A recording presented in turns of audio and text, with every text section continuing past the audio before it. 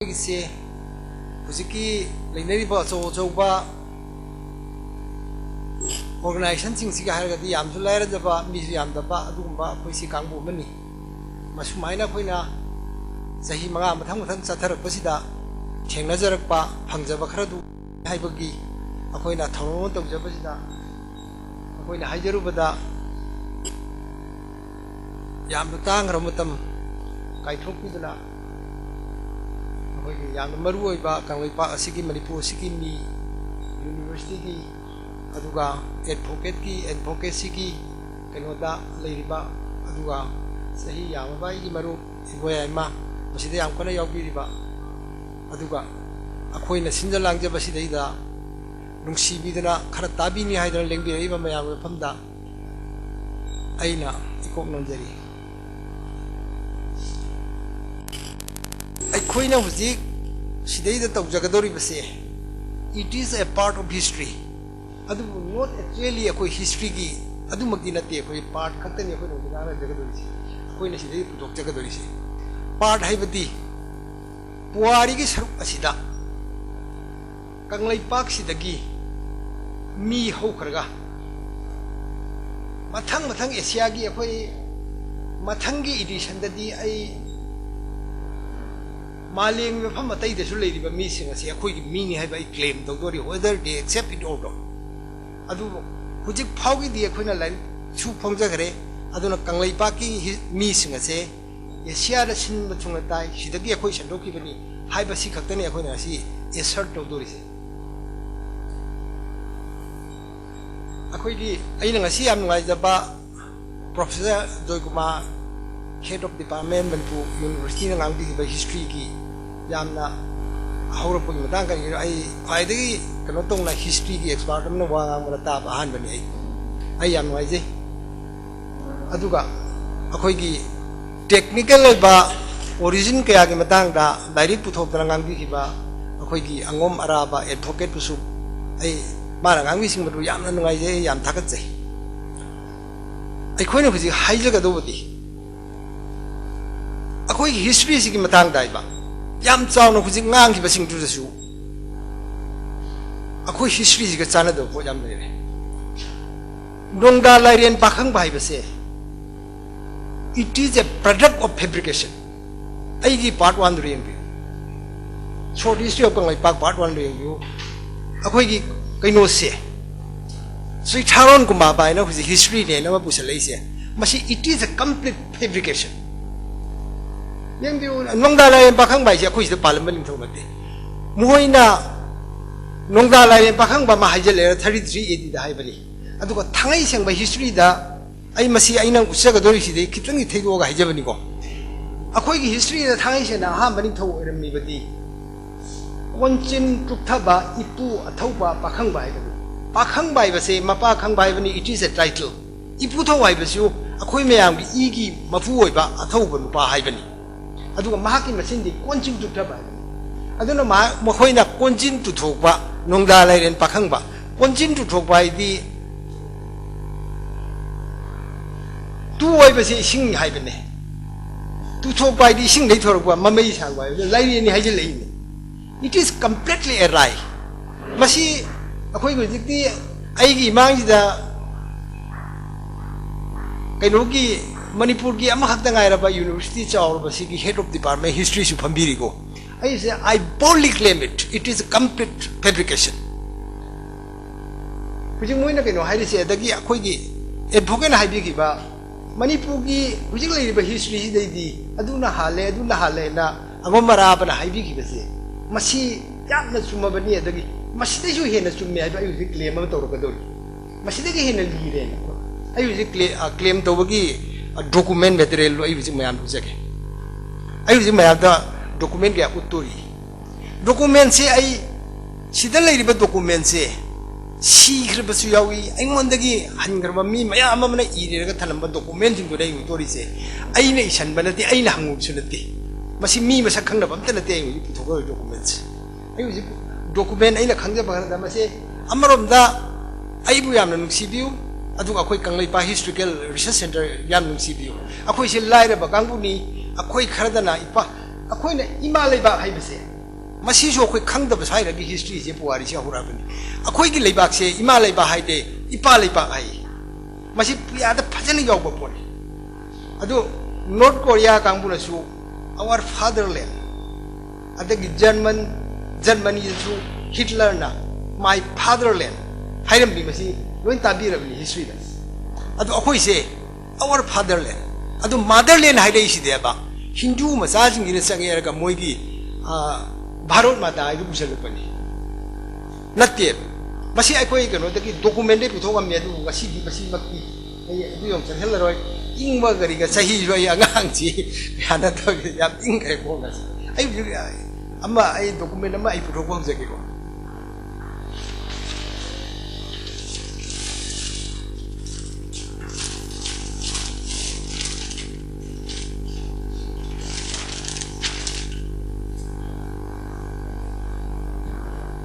आई जरी से मसी हरिय सोर गोसामी है ना हंदकता मा खागी लेबाग यूनानदा चलेरगा मसीदा माना ग्राउंड स्टडी से याम कुपना स्टडी तौरु मतुंगदा महागना चाइना की पार्ट अमोय दिबा खागी लेबाग यूनान से मसीदा कना कना मी ताई हाइबदो अदुगी मतांगदा महागना पुथोरपा अदुगी मसी रिपोर्ट मा जे मतम साना दो कोई खोटना चलुरगा लंकोई वारी सो हाइरि बनी मसीदा आई मसी मा फोगबा कुइद्री आई मसी फोबगा लेसनले मरमदि कइनोबु मसी की सब्जेक्ट ना इगोन याम नुंगाइ जबम लेबलिना माजी खागी लेबाग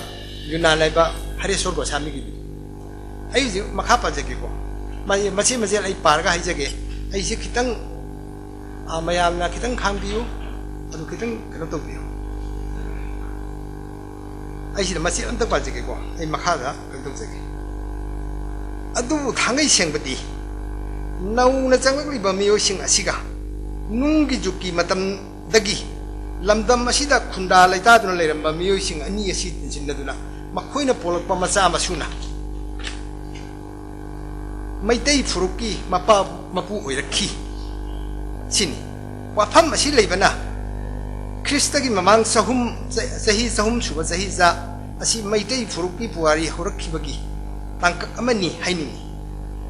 मतम अदुदा तोंगान तोंगान बा फुरुक हुमफु दगी तादना लेबा असिदा लेरमी अदुबु लेबा असी चौराकना कांगलुप मरी खक्ता खाइदोक्तुना तारमी हुमफु दगी हेना मी कांगलुप तारमी हाय अदुबु ममिंगा मरु ओबदी मरी खक्ता ओइना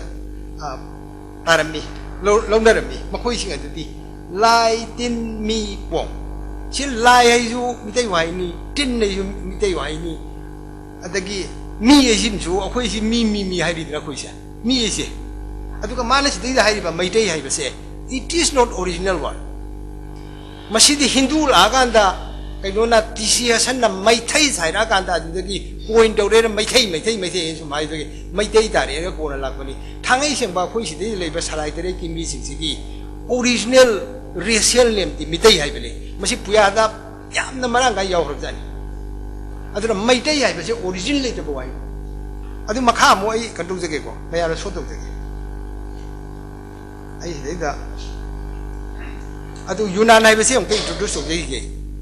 अखोइने यूनान हाइरिबसे नोपोक सिनी को अखोइ कंगलै पाक्सिगी नोपोक बंदा चुमद्रिंग सिलै मसी सौरागना आइदी माइ सुंद केम थापके हाइबसिदि आइदी सबजान दि हाइबा गमद्रे मसी माइ लिसिंग अम दैदि तायें खले मसीगी कइनोदा सिना ममांगनी सी मखा सिदा कना लई बर्मा लई यूनान की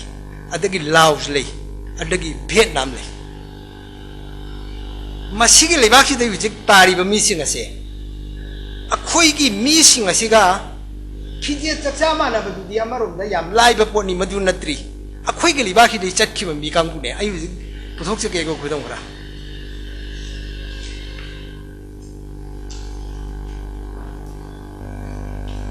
सिदैदा कनो तौरिसे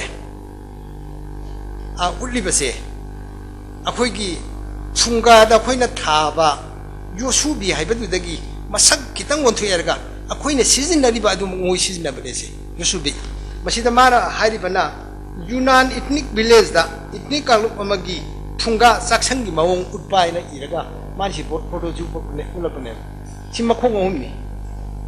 ꯃꯁꯤꯗ ꯎꯠꯂꯤꯕꯁꯤꯅ ꯑꯩꯈꯣꯏꯒꯤ ꯏꯃꯣꯏꯅꯨ ꯍꯥꯏꯗꯅ ꯑꯩꯈꯣꯏ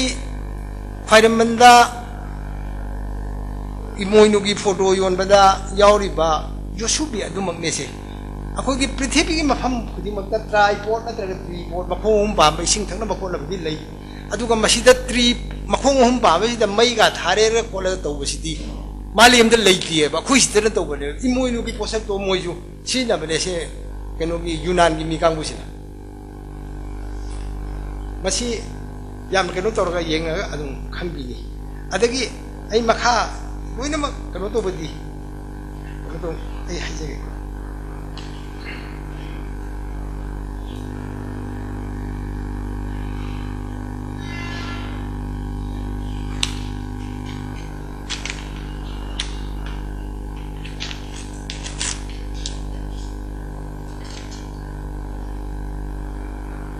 ngai laugi ning thau meng huna Chinese gi makutta maithi ba loina na tai lai singi ngai lau lai ba lekha ta ki tai lai Assam da tari ba mi sing asi every educated man knows it ahom tai haidana ahom tai haidi aina haibadi moi ahom tai haibani asang mi singsi sidai da tai hairi base lai adagi lai natraga tai na amasu om puthok sarke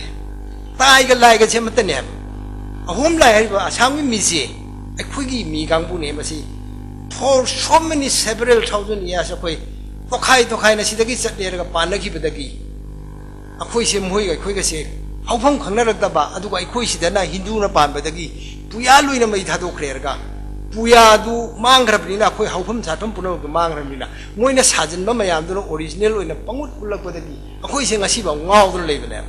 akhoi gi huji kanglai pa ki historical society ki akhoi khar leija ba han naha han khar leija ba sina tawjari fidi akhoi amatta tawte what is our origin what is our real culture adu what are the fabrication at this time adu ni akhoi thi den tawse masi for so many akhoi lairik leire masi अखोई की university level दा like तमिबा छात्र छात्री ओजाजिंग की मनुंग दसु छलाई मापन नि highway यावरी छलाई मापन नि हाइबे यावरी यूनिवर्सिटी की प्रोफेसर करा आई मसी याम सेंग तारे अरे छलाई मापल हाइबसे मसी महाकना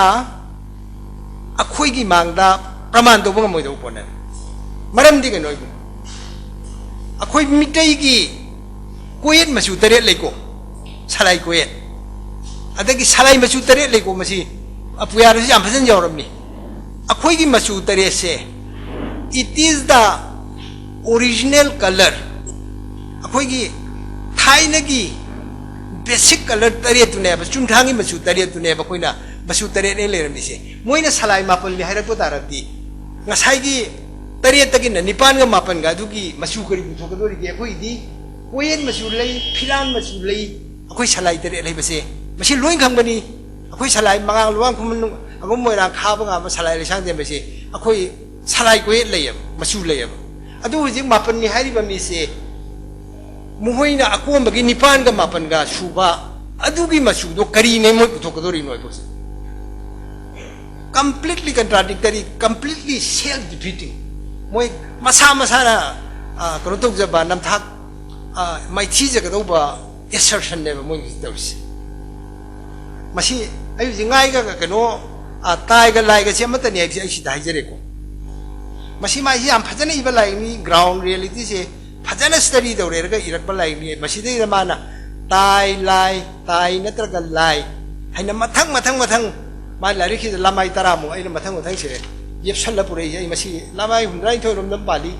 मसी आई याम कुपना पजरे मजे मा ही याम फजन ई मफम दो लेबा रियलिटी से मा याम फजन ई सी हरेश्वर गोस्वामी की फोटो नहीं यावरी से अदुना लाई है बसे सिदा ngai lai tai lai na ngai lau है बले बाग पालन मी माइथि होले दरम से यूनान से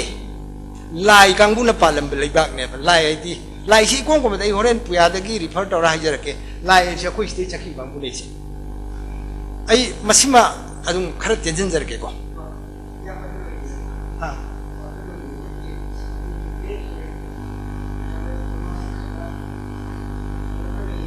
ha mathang diam nga ngatan si dang ni lo ngatan ni professor na tabi ba je professor na nga ngatan bi ba professor na ai khoi gi khare tabi ba je khoi yam chawthok chabam ni adai professor gi akhoi na khara tab phang jaw ba je akhoi gi yam chawthok chabam ni akhoi da so ai masima ai khara yai ge samjan no khona de ge ba masima ai kan tok jare masi mana khagi gi khagi leiba yunan je aina sidai do je haijana ngi je lai ai ba kangbu sina lai ba tai or lai tai na tra lai jai ma si iri je aduna lai ba kangbu siga tai ai ba kangbu siga matani tai lai sina palam ban thoi na palam ban leiba ne ba se akhoi sidagi only some few hundred miles no problem da ai sima tham jare ai ma kha lai ni amo ong puthok jage mayam na yam no puthok ti nei na haina lai nei lai jare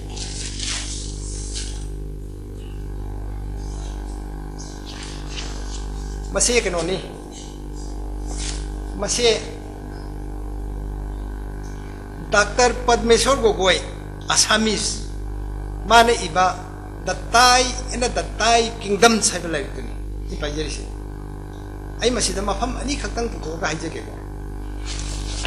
mafam ani ai na puthok ja ke dori mafam sidai da lai ba kangbu je ning thoi rong pa dori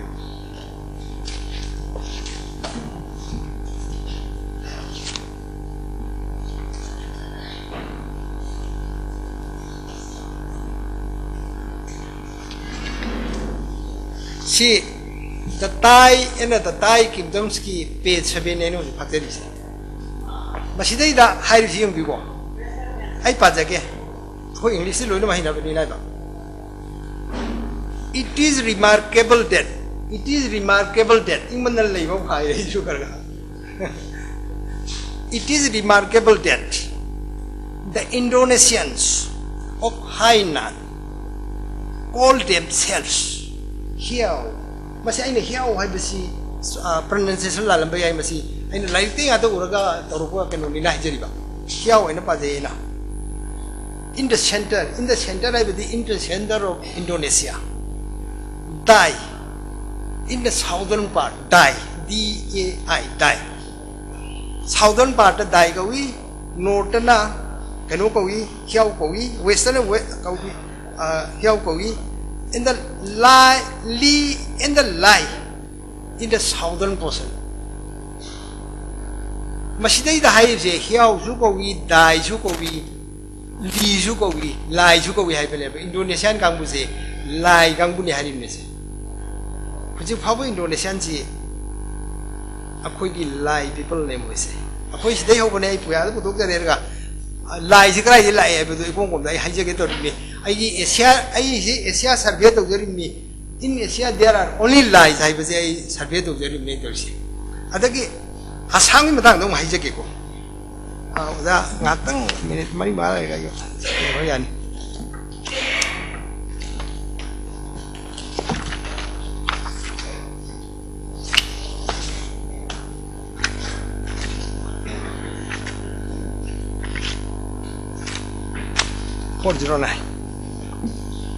si ai no ji phak lai je masi lamai chatri bung pa le lai si chatri bung pa ma lai rek si ki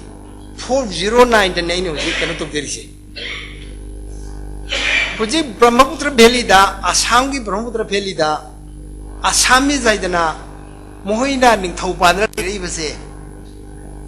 it started in the 13th century moi karom dei lai nongpo lom dei lai erga Assam ki mi sing ase 13th century da moi gi dynasty ki kingdom ga sandoki da masi anu ta sin ha ai di history ki sadar din te pa be shung kang ge ne adagi masi dai da Gurgaon ji matam adu da kanor mane 17th century ni aduga masi da parliament ning thongna Jayadaja Singha ai na si ai la maro na khale lai ki yam pa mina khara sometimes kan do matam si da mir jumla na kano se asam je attack to rutna control to rupane masi matang he ning thau sina ne mahaki mahaki laisang je matam da deosals ko mahaki deosal laisang da lai ani khak thami masi lai si mir jumla na attack to re ga lai si desecrate to khani manghang rani mangthok khani kano to khani ne ma si asugum ni pa khat le ba adagi mana hujik haire iko yang bi ko masidai da he was anxious to save from the enemy's raids the sacred articles of the two royal temples Deosals of God Kamlai and the Taikofi ai Taikofi ai sai masi origin thibdai haiba gamdri aduga Kamlai ai base sidai da bana asami jingina 17th century da lalami ba Kamlai ba laise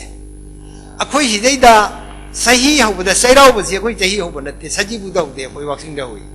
aduna akhoi research center sidai da pass ki matang da khanging ba kaya mu ke answer phangni adu Kamlai ai base akhoi na Hanuba koksaw Hanuba laikam khunda hanba ahum maina masi akhoi chahi hubada la level ai humse masi dei akhoi na kham Hanuba laikam mari se Hanuba basi malim si ki mi puram ta ke halli hai bani adun lai du bai rimni Hanuba laikam ga hari se lai kham du bai bane ba moina laikam mai do kham lai en on thu ga si dei da akhoi chahi so many several thousands khaina dra legrabani na loan di amato lolab so loan ji mathanga ona ga sim chalabna moina khamlai haibani akhoina lai kham haibane aduna mase lai kham mai ja samis gi konung da lalami ba khamlai haibase mitai gi lai kham haibani aduna mase asami se ga sayu takta tai si lai ni hai gre adun di akhoi gi lai people mayam si gi lai oiba lai khamje tai or lie asang music la lalam bane ba dun di moje why not they are our men ai lie du hobo musani music sima ai masima ten da ke wala amra wala ki karo to biramani wala yo biramani ai yare yo biro ya mo ai betam kora wa kam biram ya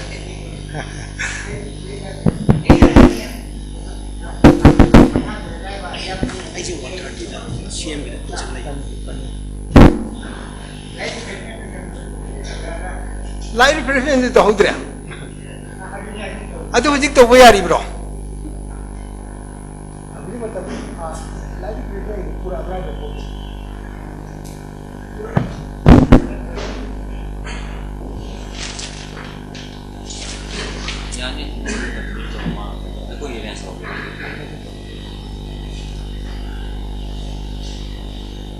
I know the Pajer like say. Masekanoni England ki book publishing house Burke company England the phone like this about Burma Myanmar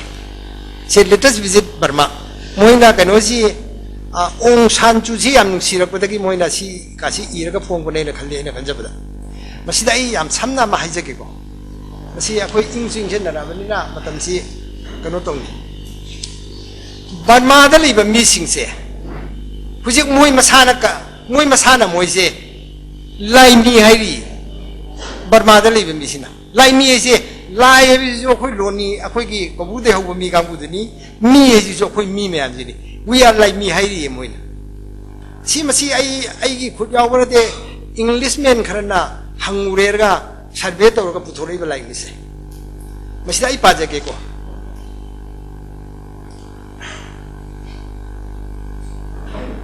the 7 peoples apart from the Burmese is moi gangu ni akoi the mitai ga to ki badu gumjani who are numerous enough to have separate administrative states marked out for them in the country are the Chins, Kachins, Karens, Kayas, Mons, Arkanis, Chans. Makoi gangu jine usi kari hari ge bu some of the Chin peoples call themselves Jomi or Laimi. She even say, like she reference to Aigi, they are coming in about the Aigum the Lagam, Ying with Abani. Like she lay a shin at the Valayam lady, I see Kitan Pie with wife, her pirates in Lapan. Moy Masamak say, but Missing me Masamak say, who should lie me, Harry. But she had to go like this. Moy Masamana lie me, Harry, you are quite minute upon my eye to do.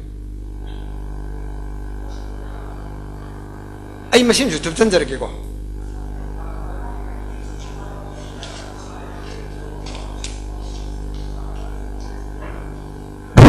Machine Madame Ayamajake, lie me, I say. Who's Surasan Budalay?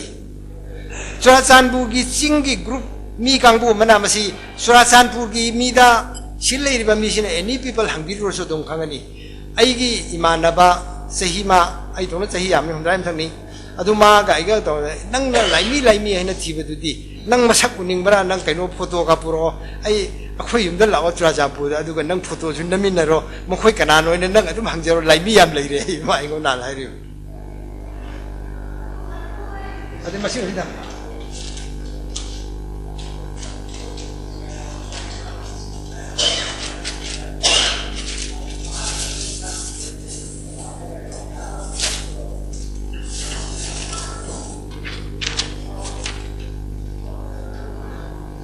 Indonesia di hijack Burma ki duji ki dula dum kano to biro adanga sai oda jing na haina bada oda ke non su hybrid nom to fre Mizoram de ne physic ne lai autonomous council leina lei lai autonomous council lei se moi se akhoi ki municipality su gumba yam chau khra ba khara moi ga tana kano to control to le ra ba adu gi moi ki council moi ki maram ne ba sai Indonesia kano da Mizoram makha da yam chawba kano lei gaina sida oda kano na akhoi ge ino mo kano na hybrid oda kano na hybrid amadi hai ki bitu adu Mizoram gi mi sing se akhoi mi nga tane moi gi maming se mi ai je akhoi mi ne Mizoram se mi ai je akhoi mi ne ram mai na hai se lam mai bane akhoi sida naga tangkhul me ta sanler ga moina nagaram hai re dana nagaram hai re adu ram mai je khoi gi lon lam da gi sungon thore ga moi ram mai ra puni moi kam gi khoi ni ga tan masi moi na su ya da su kam ga moi akhoi na technically nei na ra matam da moi na no hai bu ngam moi do bo ane adu ga masi ma lai re ko adagi ai ni photo ga su khal usa ge ara chwa sampu da ada Philippines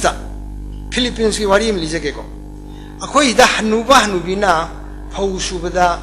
Sukna Atiasi Tingat Kibani Atiasi Hani Yam Niman Hibasi Chile meeting Nahan Taram Ningale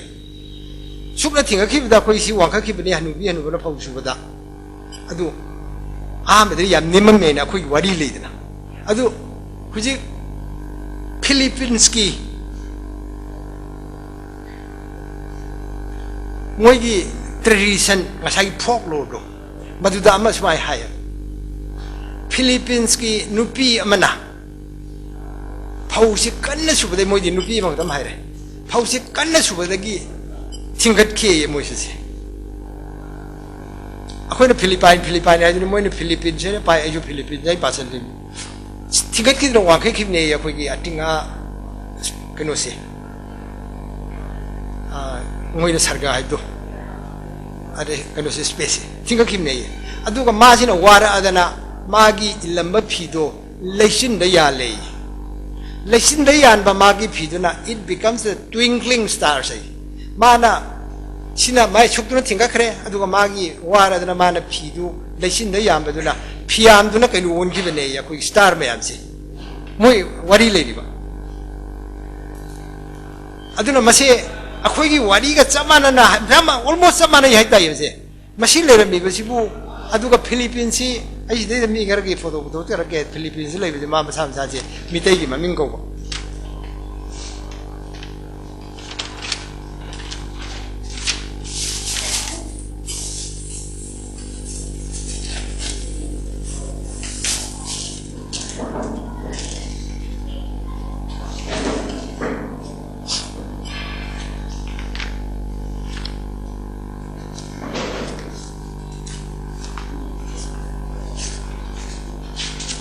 ꯃꯁꯤꯃꯗꯤ ꯑꯩꯅ ꯏꯖꯕ ꯂꯥꯏꯔꯤꯛꯅꯤ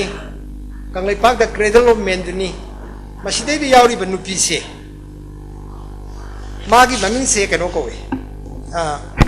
ꯒꯥꯏꯂꯦ ꯂꯥꯏ ꯀꯧꯏꯁꯦ ꯃꯥꯒꯤ ꯃꯃꯤꯡꯒꯤ ꯃꯥꯒꯤ ꯗꯦꯕꯤ ꯒꯥꯏꯅ ꯍꯥꯏꯕꯗꯨꯒꯤ ꯃꯍꯨꯠꯇ ꯃꯥꯁꯦ ꯂꯥꯏ ꯇꯥꯏꯌꯦꯕ ꯃꯁꯤ ꯒꯥꯏꯂꯦ ꯂꯥꯏ ꯍꯥꯏꯌꯦ ꯒꯥꯏꯂꯦ ꯂꯥꯏ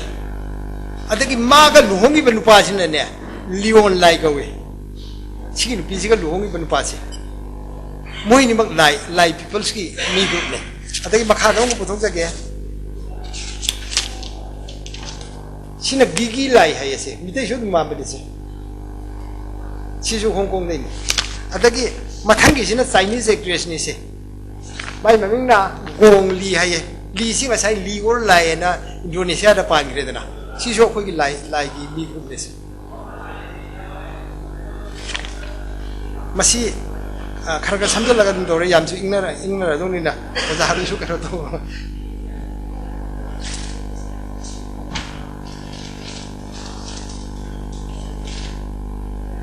ꯑꯩꯈꯣꯏꯅ ꯍꯧꯖꯤꯛ not only in Asia 미ꯇꯩꯒꯤ descendant ꯑꯩꯈꯣꯏꯒꯤ origin-ꯁꯦ ꯃꯁꯤ ꯌꯨꯔꯣꯞꯇ ꯂꯩꯔꯝꯕ ꯌꯥꯕꯒꯤ ꯋꯥꯐꯝꯁꯦ ꯑꯩ ꯍꯧꯖꯤꯛ ꯑꯃꯨꯛ ꯄꯨꯊꯣꯛꯆꯒꯦꯀꯣ ꯕꯥꯏꯕꯜꯗꯅꯦ ꯃꯁꯤ ꯕꯥꯏꯕꯜ ꯈꯪꯕ ꯃꯤ ꯌꯥꯎꯔꯝꯒꯅꯤ ꯈꯜꯂꯦ ꯕꯥꯏꯕꯜꯗ ꯅꯥꯎꯃꯤ ꯍꯥꯏꯕ ꯋꯥꯍꯩꯁꯦ ꯕꯥꯏꯕꯜ ꯈꯪꯕ ꯌꯥꯎꯔꯦ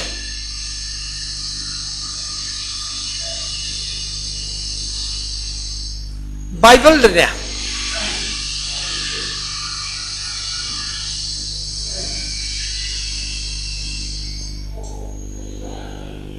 바이블에 나오미의 와이세 several times 하고래고 나오미의 와이세 타이생 말이디 나오미의 비세 밑에기 말미네 거기 나우비 나우바 나움사가 발이 들려야 나우하가 강하이버니 미하가 미하이버니 나오미 하이버세 아이 나오미 그래 포토 부터게고 이제 그노들 레이바 잉글리시 우먼 아마기 아이 포토 하나 부터게 나오미에바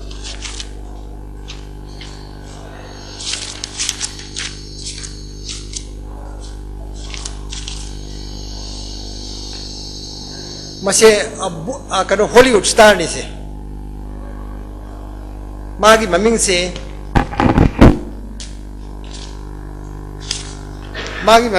나오미 왓츠 하이네세 나오미 거기 마이 맹이 아래 왓츠시는 마이 누바이 맹이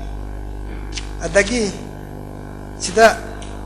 나오미 캠벨 하이번 거 독자께서 시나 아프리카 오리진이 아프리카기 미세마세 마이 맹이 나오미 캠벨 거기세 시기 누피세 나오미 캠벨 거기 마이 누파지마 잉글리시맨도 온 거잖니 아들 마이 누파네 캠벨 하리시나 아들 나오미세 그노도 바이블도 야오래 아두가 후직수 얌나 빠래 양 거래 마밍 양 거래 시대다 아이 얌나 부통을 가더래 아두가 나오미 반 사이바 그노고 홀렌기 누빔수 야오래 아이시에 아이 엽설리시다 아두가 차이나다네 주 루앙 거바 2008다 콰이다기 나쿤바 오이럼바 누파세 마 corruption khắc tàu hay bây giờ mà gì case tàu này gì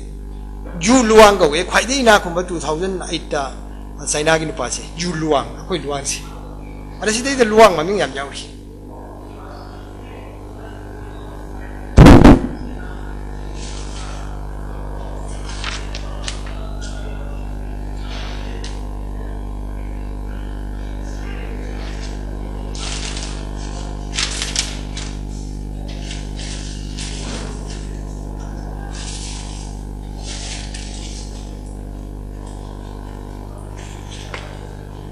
cái đó này the cultures of the world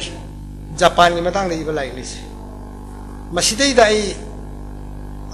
wahai anh hùng có thuộc ra cái Japan chỉ này khui cái miêu ấy Japan cái Japanese sinh se mà khui nào cái ít thật chỉ là cũng thà được cái cái matang cũng thà được cái bu sometimes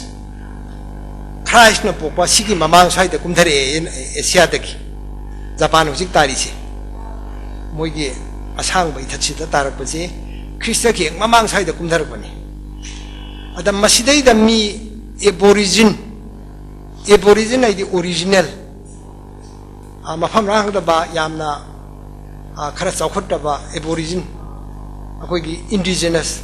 ꯀꯥꯡꯕꯨ ꯑꯃ ꯇꯥꯔꯝꯃꯦ ꯃꯣꯏꯅ ꯑꯥꯏꯅꯨ ꯀꯧꯋꯦ ꯍꯥꯏꯌꯦꯁꯦ ꯖꯄꯥꯟꯅ ꯃꯁꯤ ꯃꯣꯏꯅ ꯆꯠꯂꯨꯕꯗ ꯆꯍꯤ ꯉꯁꯤꯗꯩꯅ ꯆꯍꯤ 2000 ꯃꯃꯥꯡꯗ ꯊꯨꯡꯉꯨꯕꯗ ꯂꯩꯔꯝꯕꯗꯒꯤ 2000 ꯃꯃꯥꯡꯗ ꯃꯣꯏꯅ Japanese hujiki Japanese ingina thunbiri ba mamingne ainu haiba waise mi ka bududa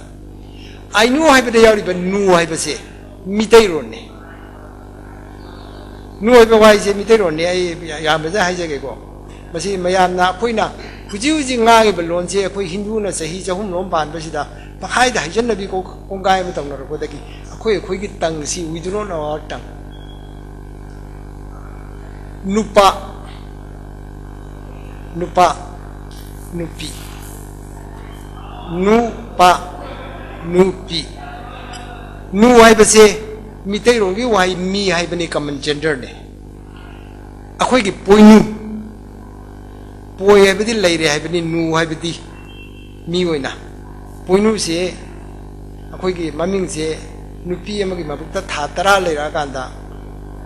angang oina thoramdai thokpadugi matam duni poinu hairise aduna mi mapung phare haibani poinu haibase adai masi ai akhoi gi traditional song religious song amada ai haijage ko mayam khangna khangdrabane akhoi se matam chahi jahum lo akhoi se akhoi culture si puya mai thadokre raga asaba culture pijadana akhoi si lelal la buda ge koi khangdrabane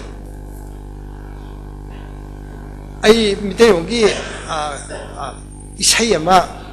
akhoi traditional song ama sakja haijage ko Lanchombi Lanyaida Lanyaida Haibante Lamyaida Lanchombi Lamyaida Muna Ware Potaba Ipam Lamdam Yang Lubadi Nusiba Maigai Tam Credo Masida Hariba Lanchombi Lamyai Habisi Ayamana Mazipam Kangdabane Lanchombi Lamyai is Hanglen Bambune Akwiki Halem Misirupumse Masida the Muna Ware Habidi Mio by Quise Nudo Mu Ibadi Patabakal can buy Bani Pataba Haki Haiba actually Quimuna Le Quera by Quimuna lay the Hijuponte but Quimudi Chipuneva Ado Hinquidana later to once upon other Quimu Harisiki one to lay some other I must see Pisu Pasha Quisdak Machine the Loyal a Hijiko Mio by Quise Nupana Sulupinasu Inak Yam Kunba, Nupamana, Garga, Dondra, Pajana Kian, Adum Wakanjel Lana, Yam Panjaba, Mangonde Hinning Badumba, at the Kalapamiova, Hingalabaji, Puning Bakoning Badu was lay Hariba. At the Nupishin, the Sunupa, the lay at the Gi Masi Yam Sandan Namakapalada Nupi Masak and Pajakrabam with Nupana, Wakalana Lanaka Kanba. Adubu Mungo Ebaquina. Amu Wakal can buy me. Amu Wakal Kanba missing a Sinaiba. My Mapunsi say, Adu can me putting me handing me, Madame Natun Pandra, Kotramapunsi Lele, Upai Lerotrandre, Kanglin from the Luna. Masi, Shibana, Sidribu told me a computation. Aduki Munudo, Adu the Yarban Nudo, mean a original Tainagi Wahi never say. Aduna Japan Lolivan knew I say. Harami, but when meeting that knew Harami say, if Tainagi me Harami, the more Harami. Tainagi is a good river, Harami. Adagi Mashima Tamiro, the Japan the Nair. Which Sachi Japan the Ne Hujuxi, Zagaway. Must you come to your own ankle? Japan calls it tea, za. Mayang in the Zai. Sachi a quick original canon in Warney. Mitake. Sai was the original Warney. Sanu Sanu can be Sanu I visit Sang at the Hobu Money. Tainagi. At the Tamil was indigenous Siam Hubane, Uzo. Sachi a quick originally. At the Japan Hujuxi said Zai. Fujik Masishu. I do a Satapum Gazikari, I gave Jano Mai. Sometimes when Mapampu, a woman that you put upon me, Yam Lucina, Canoe. Oh, Sagai Jaimona. Masi, like that record, the Moy, I live in the same say, Kuala Puragi, Philippines, Kamuna, Kuala Puri, Philippines, and Trato. Other Moina in a part to be like this. ꯃꯁꯤꯃ ꯂꯩꯔꯦ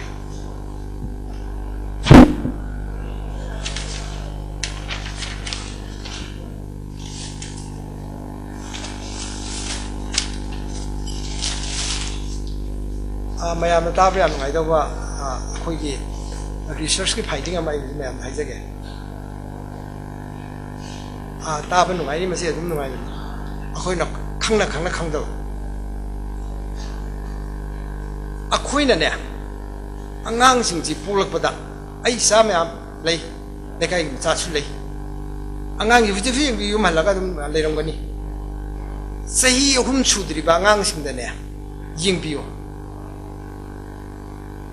ꯑꯩꯈꯣꯏꯅ ꯕꯇꯛ ꯍꯥꯏꯔ ꯈꯪꯅꯩꯗꯅ ꯁ꯭ꯋꯥꯏꯁꯦ ꯅꯤꯡꯖꯣꯟꯒꯤ ꯁꯔꯨꯛ ꯃꯈꯥꯁꯦ ꯅꯤꯡꯖꯣꯟꯒꯤ ꯁꯔꯨꯛꯁꯦ ꯑꯩꯈꯣꯏꯅ ꯕꯇꯛ ꯍꯥꯏꯔ ꯈꯪꯅꯩ ꯏꯪꯂꯤꯁꯇ ꯑꯩꯈꯣꯏꯒꯤꯗꯤ ꯅꯤꯡꯖꯣꯟꯒ ꯍꯥꯏꯔꯤꯁꯤꯅꯤꯀꯣ ꯃꯁꯤꯒꯤ ꯅꯤꯡꯖꯣꯟꯁꯤꯗꯅꯦ ꯑꯁꯪꯕ ꯃꯆꯨꯒꯤ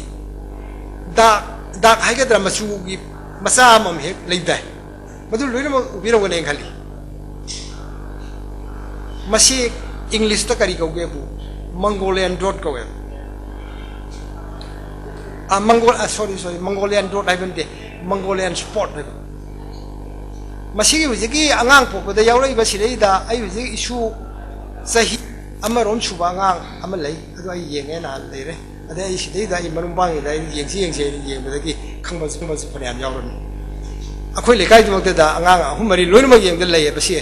ꯃꯪꯒꯣꯂꯤꯌꯟ ꯁ꯭ꯄꯣꯠꯁꯤ ꯂꯩꯌꯦꯕ ꯃꯁꯤ ꯃꯪꯒꯣꯂꯤꯌꯟꯁꯤ ꯀꯗꯥꯏ ꯂꯩꯒꯦꯕꯨ ꯑꯦꯁꯤꯌꯥꯗ ꯂꯩꯕ ꯃꯤ ꯄꯨꯝꯅꯃꯛꯁꯤ ꯂꯣꯏ ꯂꯩꯌꯦꯕ ꯁꯤꯒꯤ ꯃꯪꯒꯣꯂꯤꯌꯟ ꯁ꯭ꯄꯣꯠꯁꯦ ꯃꯁꯤ ꯀꯩꯅꯣ ꯍꯤꯠꯂꯔꯒꯤ ꯃꯇꯝꯗꯩ ꯈꯪꯉꯛꯑꯕꯅꯤ ꯑꯩꯈꯣꯏꯅ ꯊꯤꯕꯗ ꯋꯥꯠꯄ ꯑꯗꯩ ꯑꯩꯈꯣꯏꯁꯤꯅ ꯋꯥꯈꯜ ꯂꯥꯏꯔꯤꯛ ꯄꯥꯁꯤ ꯋꯥꯠꯄꯗꯩ ꯑꯩꯈꯣꯏ ꯈꯪꯗꯕꯅꯤ ꯍꯟꯗꯛꯇ ꯑꯩ ꯀꯩꯅꯣꯒꯤ ꯐ꯭ꯔꯦꯟ ꯁꯥꯔꯀꯜ ꯌꯥꯝ ꯄꯥꯛ ꯆꯥꯎꯅ ꯑꯩꯒꯤ ꯐ꯭ꯔꯦꯟ ꯁꯥꯔꯀꯜ ꯂꯩꯖꯩꯕꯁꯦ ꯅꯍꯥꯟ ꯀꯩꯅꯣꯗꯒꯤ ꯒꯧꯍꯥꯇꯤꯗꯒꯤ ꯅꯨꯄꯥ ꯑꯃꯅ ꯄꯥꯕꯨꯡꯅ ꯇꯧꯕ ꯔꯦꯀꯣꯔꯠ ꯀꯩꯅꯣ ꯇꯧꯕ ꯔꯤꯁꯔꯁ ꯌꯥꯝ ꯀꯥꯟꯅꯅꯤ ꯁꯤ ꯌꯦꯡꯕꯤꯌꯨ ꯃꯥ ꯊꯥꯔꯛꯄꯅꯤ ꯑꯗ ꯑꯩ ꯃꯁꯤ ꯀꯨꯏꯗ꯭ꯔꯤ ꯑꯩ ꯐꯪꯕ ꯃꯪꯒꯣꯂꯤꯌꯟ ꯁ꯭ꯄꯣꯔꯠꯁꯦ ꯃꯁꯤ ꯀꯥꯏ ꯍꯣꯜ ꯑꯦꯁꯤꯌꯥꯁꯤꯃ ꯂꯩꯔꯦ ꯖꯄꯥꯟꯅ ꯀꯔꯤ ꯀꯧꯏ ꯖꯄꯥꯟꯗꯁꯨ ꯂꯩ ꯑꯗꯒꯤ ꯄꯣꯂꯤꯅꯦꯁꯤꯌꯥ ꯂꯩꯁꯤ ꯄꯦꯁꯤꯐꯤꯛꯇ ꯂꯩꯕ ꯀꯥꯡꯕꯨꯅꯤ ꯑꯗꯒꯤ ꯑꯐ꯭रिꯀꯥꯒꯤ ꯃꯤ ꯂꯩ ꯑꯗꯒꯤ red Indians original Indians of America red Indians ꯂꯩ ꯃꯣꯏꯁꯦ ꯃꯁꯤ ꯂꯣꯏ ꯂꯩꯌꯦ ꯃꯁꯤ ꯁꯝꯇꯥꯏꯝꯁ ꯑꯩꯈꯣꯏꯗꯤ ꯀꯃꯟꯂꯤ ꯃꯁꯤ ꯒ꯭ꯔꯤꯟꯅꯤ ꯑꯗꯨꯒ ꯈꯤꯇꯪ ꯃꯨꯁꯟꯕꯁꯨ ꯌꯥꯎꯏ ꯕ꯭ꯂꯦꯛ ꯁ꯭ꯄꯣꯠ ꯍꯥꯏꯅ ꯍꯥꯏꯔꯛꯄꯁꯨ ꯌꯥꯎꯏ ꯈꯔ ꯃꯨꯁꯟꯕꯒꯤꯗꯅ ꯒ꯭ꯔꯦꯁꯨ ꯍꯥꯏ ꯒ꯭ꯔꯦ ꯑꯣꯏꯅꯁꯨ ꯂꯩꯕ ꯌꯥꯎꯏ ꯃꯁꯤ ꯂꯣꯏꯅꯃꯛ ꯂꯩꯌꯦꯕ ꯃꯪꯒꯣꯂꯤꯌꯟꯁꯦ ꯑꯗꯨꯅꯗꯤ this Mongolian peoples are of the same origin ꯍꯥꯏꯁꯦ ꯑꯩꯈꯣꯏꯒꯤꯁꯦ ꯈꯪꯉꯦ ꯑꯗꯨꯗꯤ ꯁꯤꯒꯤ ꯃꯇꯨꯡꯗ ꯑꯩꯈꯣꯏꯅ ꯍꯧꯖꯤꯛ ꯊꯤꯒꯗꯧꯔꯤꯕꯗꯤ ꯑꯩꯈꯣꯏ ꯄꯨꯝꯅꯃꯛꯁꯦ ꯐꯦꯃꯤꯂꯤ ꯑꯃꯇꯒꯤ ꯃꯤꯅꯦ ꯍꯥꯏꯕꯗꯤ ꯑꯩꯈꯣꯏ ꯍꯧꯖꯤꯛ ꯆꯞ ꯆꯥꯅ ꯈꯪꯉꯦ ꯑꯗꯨꯒ ꯃꯁꯤ ꯀꯗꯥꯏꯗꯒꯤ ꯍꯧꯔꯛꯑꯦ ꯍꯥꯏꯕꯁꯤꯅꯦꯕ ꯑꯩꯈꯣꯏꯅ ꯍꯧꯖꯤꯛ ꯊꯤꯅ ꯍꯣꯠꯅꯔꯤꯁꯦ ꯑꯗꯨꯅ ꯑꯩ ꯍꯧꯖꯤꯛ ꯉꯁꯤ ꯃꯌꯥꯝꯗ ꯈꯔ ꯄꯨꯊꯣꯛꯅꯕ ꯑꯩ ꯍꯥꯏꯖꯒꯗꯧꯔꯤꯁꯦ ꯑꯩ ꯃꯁꯤ ꯊꯝꯖꯔꯒꯦ ꯑꯩ ꯍꯧꯖꯤꯛ ꯀꯩꯅꯣꯗ ꯍꯥꯏꯖꯒꯦ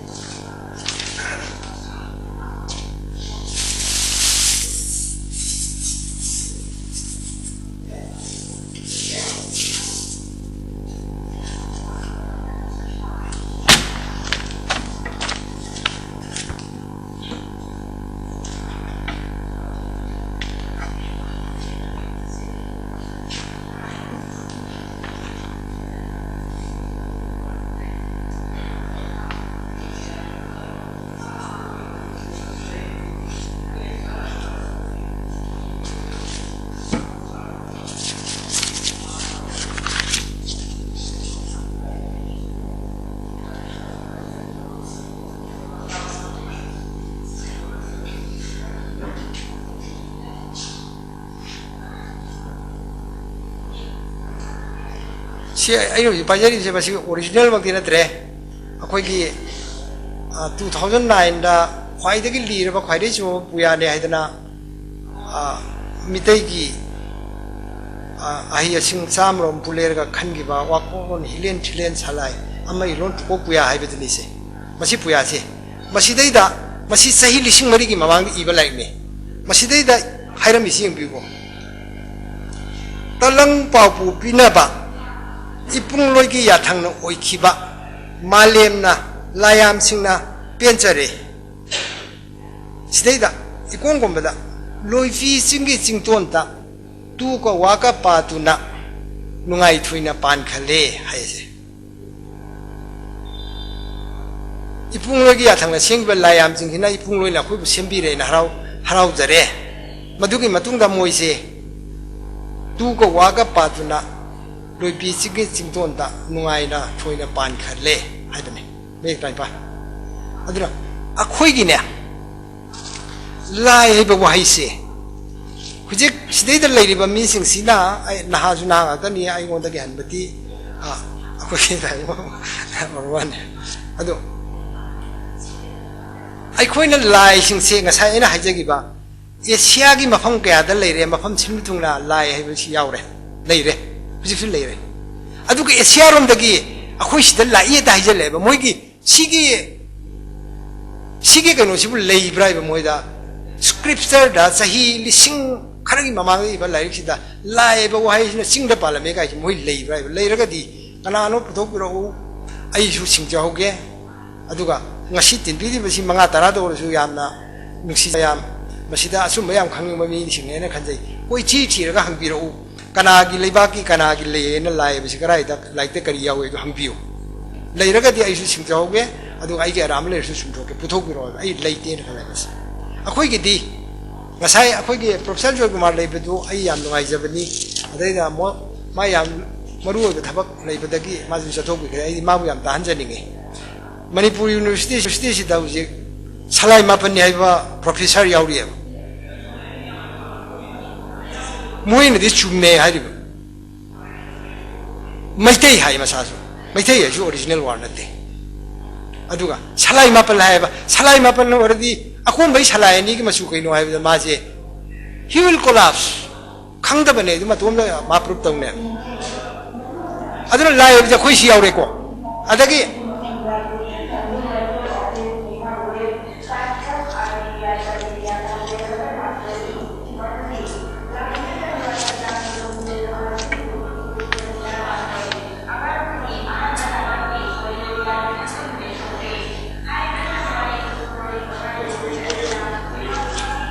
Karai to lambi de law ai na huje pajarip se kai no ne se 2009 da kangla ge huje pakhang balai sang sarip do adugi mamang thang ba sumaina ma sang du lepi dugi mamang thang ba chi theke dai da tau re ga puthokki ba da phangba po sar dai ba di chaphu ma che mai ko chaphu ma che adugi aduda phangba du luminescence thermoluminescence haiba hujiki most up to date matam yengna ba ari ba pot bu karam matam le ram ge du yengna ba adugi conference amada akhoi gi chaphu ma che du bu thwe raga America kano gi Kolkata da luminescence science of India Indian Association for Cultivation of Science Central Glass and Ceramic Research Institute masigi yam chawro India gi organization ahum dina sillera kaltar to bada thermoluminescence haiba adugi dating na puthokba adugi report nei huji paijari masi anybody yamna kanu to ba yam interest lobi ba mi leiraba research am ton mo lerga di masi yenga jo dong khangadi China gi oldest pottery se akhoi du pottery me ni dra posar rai se moi zahi lising trai par mu churi akhoi zahi lising gun chure masi aina haiba na teba masi khwai dei chaw ba India gi Science Institute Ceramic Institute ahum jina punchal le ka dara to bada adu da gi yana ba machine na kanu to re ga proof to i me ba se adu ndi akhoi si mi hawi hai ba se China da gi jo koi hanjal le si India gi di rei le ta ba ne ba se India gi le ra ga puthok ro khoi ju khang ja ho ga ri adu akhoi sahi lising gun gi mamang da mai sijin na re ga chapfu sar ga akhoi tawrum ma bane li hingam ma bane ba khoi se mi tei se aduna akhoi sidagi kanglai ba ta gi mi ho ki hai ba sida masi imagination karam hai oi ro tok tori no khoi it is a fact masi viji puya da pak chong lo yawi puya che aina sidai da akhoi si yaming chale de pungji ani mu da chalai ni aduna masigi matang da puya da yan chene yaure puya ai ba sina ga sai gi professor Joy Kumar na hairam ba fake ai ba written history da lai ra kan da hairam bi ba ni se puya ai sina adu gi mama da lai ram ba na folk tale folklore mana myth ka hairam ba to ai professor Joy Kumar sira tabi ra ga di mana ꯁ꯭ꯋꯥꯏꯗ ꯅꯍꯥꯟ ꯉꯥꯡꯈꯤꯕꯗꯨ ꯁ꯭ꯋꯥꯏꯗ ꯈꯔꯗꯤ ꯁꯣꯏꯔꯦꯒ ꯍꯥꯏꯕꯗꯨ ꯍꯥꯏꯕꯤꯔꯛꯅꯕ ꯑꯩ ꯃꯥꯕꯨ ꯌꯥꯝ ꯇꯥꯍꯟꯖꯅꯤꯡꯕꯅꯦ ꯑꯗꯨꯕꯨ I am very unfortunate aduna folklore folktale harisina karai da leiram gebu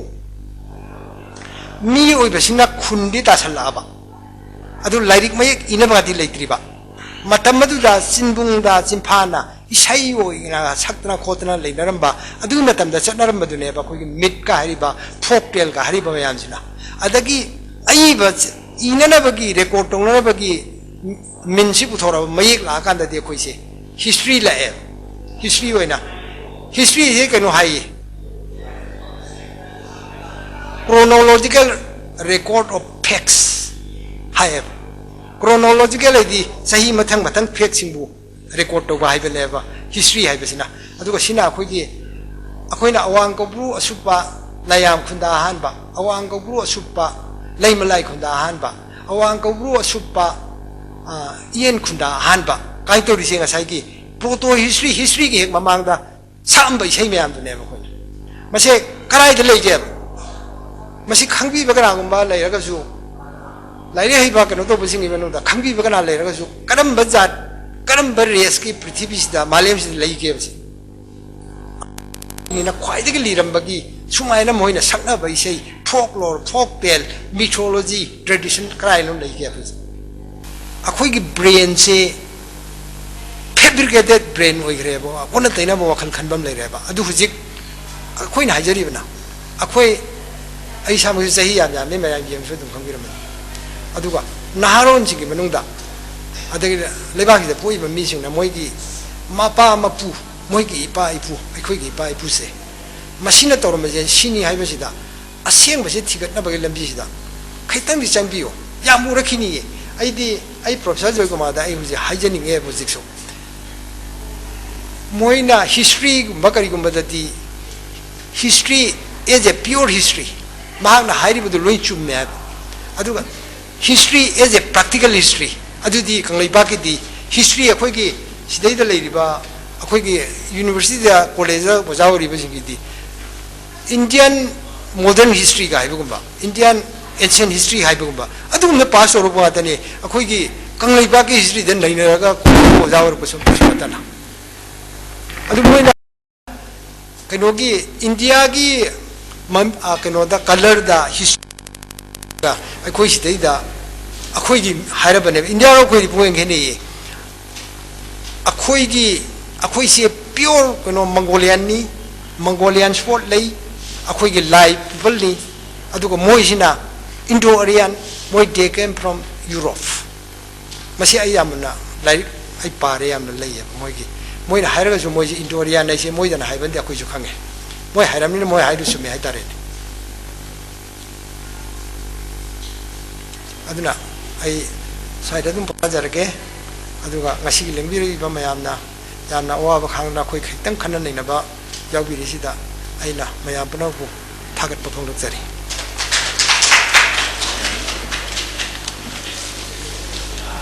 ai